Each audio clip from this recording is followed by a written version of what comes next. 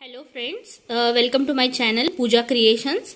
आज आपण उपवासाची रेसिपी बघणार आहोत, जी आहे पनीर पराठ्याची रेसिपी। यासाठी आपल्याला लागणार आहे पनीर, राजगिऱ्याचं पीठ आणि चवीनुसार मीठ, तिखट वगैरे खूप कमी सामानामध्ये आणि खूप छान अशी क्रिस्पी असे पराठे बनवून तयार होतात। तुम्ही इथे बघू शकताय, हे बघा मी तुम्हाला दाखवते। अगदी पोट भरेल उपवासामध्ये अशी ही रेसिपी आहे। तुम्ही ही चतुर्थी असू द्या किंवा एकादशी असू द्या, कोणताही उपवास असू द्या, आता सध्या नवरात्र चालू आहे, नवरात्रामध्ये 9 दिवसांचे उपवास असतात, तर अशी पोट भरेल अशी मस्त अशी रेसिपी आहे। नक्की नक्की ट्राय करून बघा। चला तर मग आपण रेसिपीला सुरुवात करूया।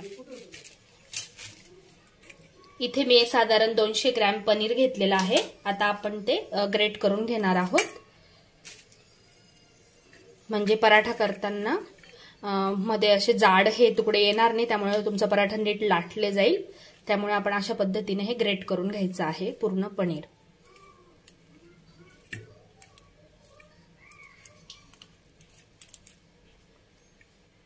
आता यामध्ये चवीनुसार आपण लाल तिखट टाकून घेणार आहोत। बघू शकताय तुम्ही, मी 1 टीस्पून इथे आपलं लाल तिखट टाकून घेतलेलं आहे, मिरची पावडर। त्याचबरोबर मी चवीनुसार मीठ टाकून घेते आहे।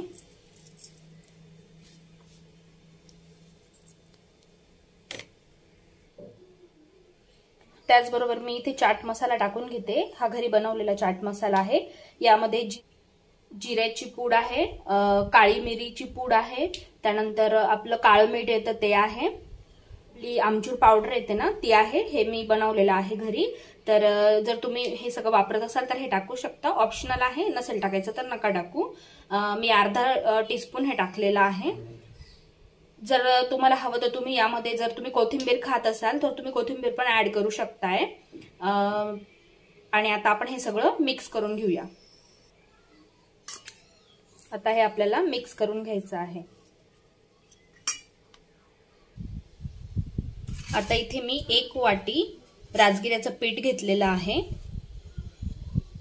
यामध्ये आपण साधारण 2 चमचे जे आहे ते दही टाकून घेणार आहोत। बघू शकताय तुम्ही, दही शक्यतोवर घट्टच घ्या, जास्त पाणी असलेलं घेऊ नका। हे बघा, आणि यामध्ये आता आपण चवीनुसार मीठ टाकणार आहोत। चवीनुसार मीठ टाकून घ्यायचं आहे। आता आधी आपण दही टाकलंय ना, त्यामध्ये पीठ मिक्स करून घ्यायचं आहे आणि मग नंतर वरून जसं पाणी लागेल तसं पाणी टाकत जायचंय। पण आधीच एकदम पाणी टाकून मळू नका, पहिले आधी दहीमध्ये व्यवस्थित मिक्स करून घ्या। आणि लक्षात ठेवा, जो राजगिरा असतो ना यामध्ये ग्लुटन नसतं, म्हणजे जसं आपलं गव्हाचं पीठ असतं पोळीचं, तर त्यासारखं हे पीठ नसतं, त्यामुळे याला तडे जातात वगैरे, कारण यामध्ये ग्लुटन नसतं, म्हणून आपण थोडं दही टाकून घेतलंय यामध्ये। जर तुम्ही दही नसेल टाकणार ना तर एक बटाटा उकडवून आणि तो याच्यामध्ये स्मॅश करून घ्या, म्हणजे त्याच्याने थोडा फरक पडतो। आता हे बघू शकता तुम्ही, मी थोडं थोडं पाणी टाकून पीठ मळून घेते आहे।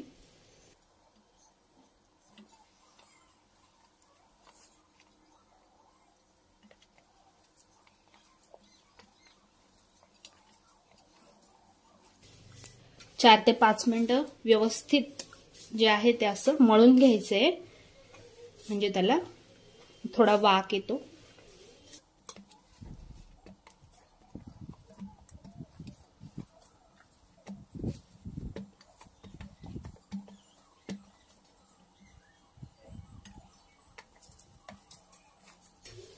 आता आपलं पीठ जे आहे ते रेडी झालेलं आहे। याला झाकून द्यायचंय।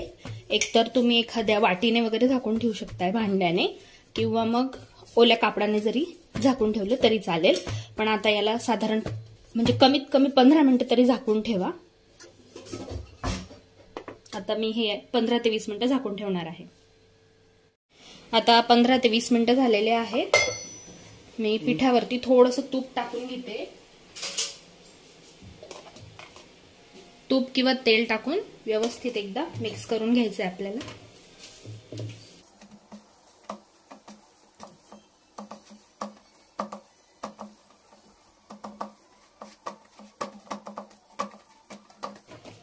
त्याचबरोबर मी इथे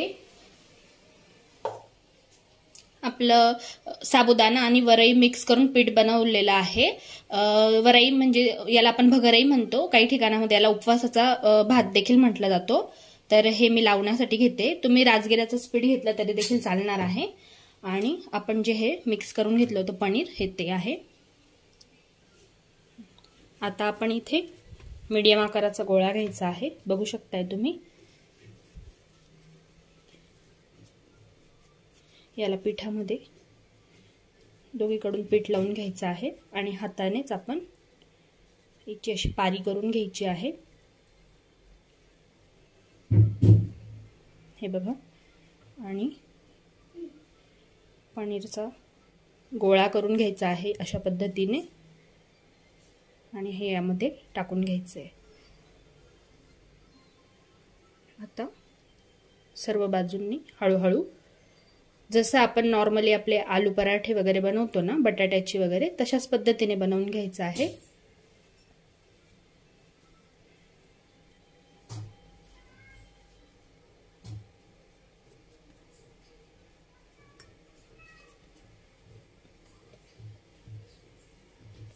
हे बघा,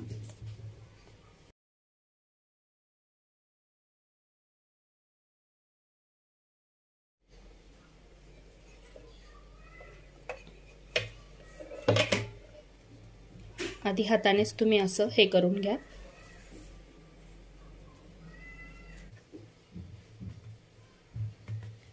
थोडं जवळ आणा। आता ज्या ठिकाणी तुम्हाला असं वाटतंय की इथे आपला पराठा फाटतोय, तिथे थोडंसं पाणी लावून घ्यायचं आहे। बघू शकताय तुम्ही, मी पाणी लावून घेते। थोडंसं पाणी लावून घ्यायचंय आणि जॉईन करून घ्यायचंय।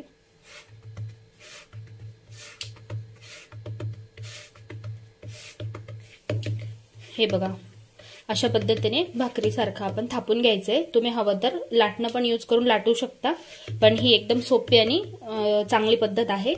आणि जिथे तुम्हाला असे क्रॅक गेलेले दिसतात, इथे तुम्ही थोडं थोडं पाणी लावून घ्यायचं, त्याच्याने ते व्यवस्थित बुजले जातात, ते क्रॅक फाटत नाही आपला पराठा।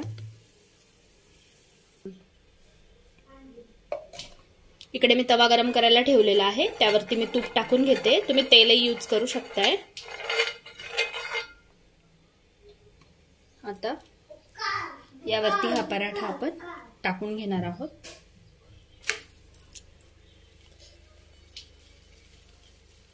बघू शकताय तुम्ही, मी व्यवस्थित आता हा दोघीकडनं तुपामध्ये जे आहे ते दोघं साइडने व्यवस्थित शेकून घेणार आहे पराठा। मीडियम आचेवरती गॅस ठेवायचा आहे। जेव्हा आपण हा पलटू त्यावेळेला गॅस फुल करायची आहे, गॅसची फ्लेम।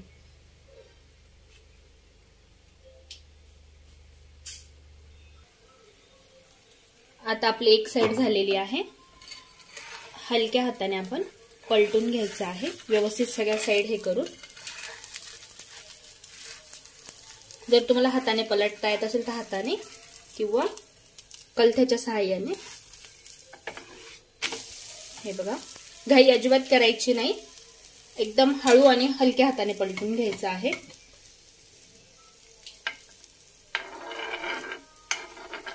आता सर्व बाजूंनी तूप लावून घ्यायचं पुन्हा एकदा आणि गॅसची फ्लेम मोठी करायची आहे।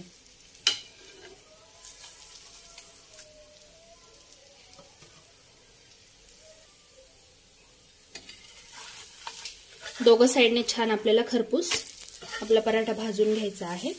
बघू शकताय, मस्त खरपूस पराठा झालेला आहे। तेल तूप काही तुम्ही लावून मस्त भाजू शकताय। आता ही साइड आपली झाली, आता खालची साइड झाली की आपला पराठा रेडी। नवरात्रीसाठी किंवा एकादशीसाठी ज्यामध्ये म्हणजे याच्यामध्ये आपण जे आहे ते राजगिरा वापरलेला आहे, त्यामुळे तुम्ही कोणत्याही उपवासाला जे आहे हा पराठा करून खाऊ शकताय। चतुर्थीसाठी कोणत्याही उपवासासाठी तुम्हाला हा पराठा चालणार आहे। सोबत तुम्ही दही किंवा नारळाची चटणी सोबत तुम्ही दही किंवा नारळाची चटणी घेऊन आणि याचा मस्त आस्वाद घेऊ शकता पराठ्याचा। खूप छान चटपटीत लागतो चाट मसाला टाकल्यामुळे। तुम्हाला हवं तर तुम्ही वरून देखील चाट मसाला थोडा टाकू शकता। तर आपला आता दोघं साइडने जो आहे तो पराठा रेडी झालेला आहे। खमंग खरपूस आता आपण डिश मध्ये काढून घेऊ। बघू शकताय तुम्ही किती मस्त खमंग खरपूस असा आपला पराठा बनवून रेडी आहे। अशाच उपवासाच्या नवनवीन रेसिपीज बघण्यासाठी आणि आपल्या नॉर्मलही रेसिपीज बघण्यासाठी माझ्या चॅनलला सबस्क्राईब करायला विसरू नका। आणि जर रेसिपी आवडली असेल तर प्लीज शेअर करा आणि लाईक करा आणि नक्की ट्राय करा। मला कमेंट बॉक्समध्ये सांगा जर तुम्हाला काही प्रॉब्लेम असेल तर मी नक्कीच हेल्प करेल तिथे। Thank you for watching my video.